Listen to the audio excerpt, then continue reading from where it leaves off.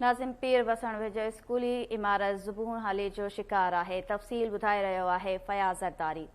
जी नाज़रीन, इन वक्त असां पीर वसण भरिसां boys primary school Fateh Mohammad Zardari में मौजूद आहियूं, जेको स्कूल ज़बून हाल बणियल आहे ऐं जेके उन जी इमारत आहे उहा बि तमामु कमज़ोर थी वई आहे ऐं उन जा छतनि जा जेके चापड़ आहिनि उहे बि भितनि जा चापड़ उहे बि किरनि था ऐं फर्नीचर जी खोट तमामु घणी थी वई आहे। उन हवाले सां ॻोठाणनि उस्तादनि ऐं शागिर्दनि एहतिजाज कयो आहे। अचो त हिननि सां ॻाल्हि ॿोल कयूं त वधीक हिननि जो छा चवणु आहे। तव्हां हिन school government boys primary school Fateh Mohammad Zardari जो हेडमास्टर आहियां ऐं आला हुकाम खे आला अमलदारनि खे इहा पुरज़ोर ऐं मुतालबो थो कयां ॻोठाणनि सां समेत त हिन स्कूल जी छित जा भित जा चापड़ किरी रहिया आहिनि ऐं स्कूल तमामु ज़बून हाल में आहे ऐं हीअ स्कूल हिन स्कूल जी बिल्डिंग कंहिं न कंहिं वक़्तु धमाके सां किरी सघे थी। उन करे ॿारनि खे जानी ऐं माली नुक़सान थी सघे थो ऐं हिन स्कूल में फर्नीचर जी बि सख़्तु खोट आहे ऐं ॿार नंढड़ा मासूम ज़मीन ते हेठि तालीम पिराए रहिया आहिनि। बिराए महिरबानी करे हिन स्कूल खे जल्द खां जल्द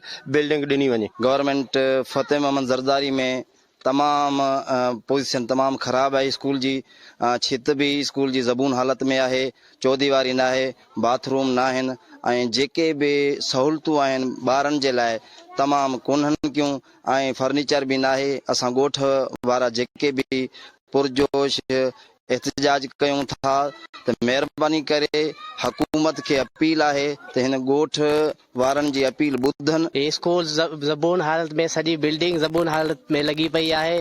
हिन में का बि फैसिलिटीज़ न आहे। ॿारनि जे लाइ पढ़ाई जे लाइ को बि फैसिलिटी न आहे।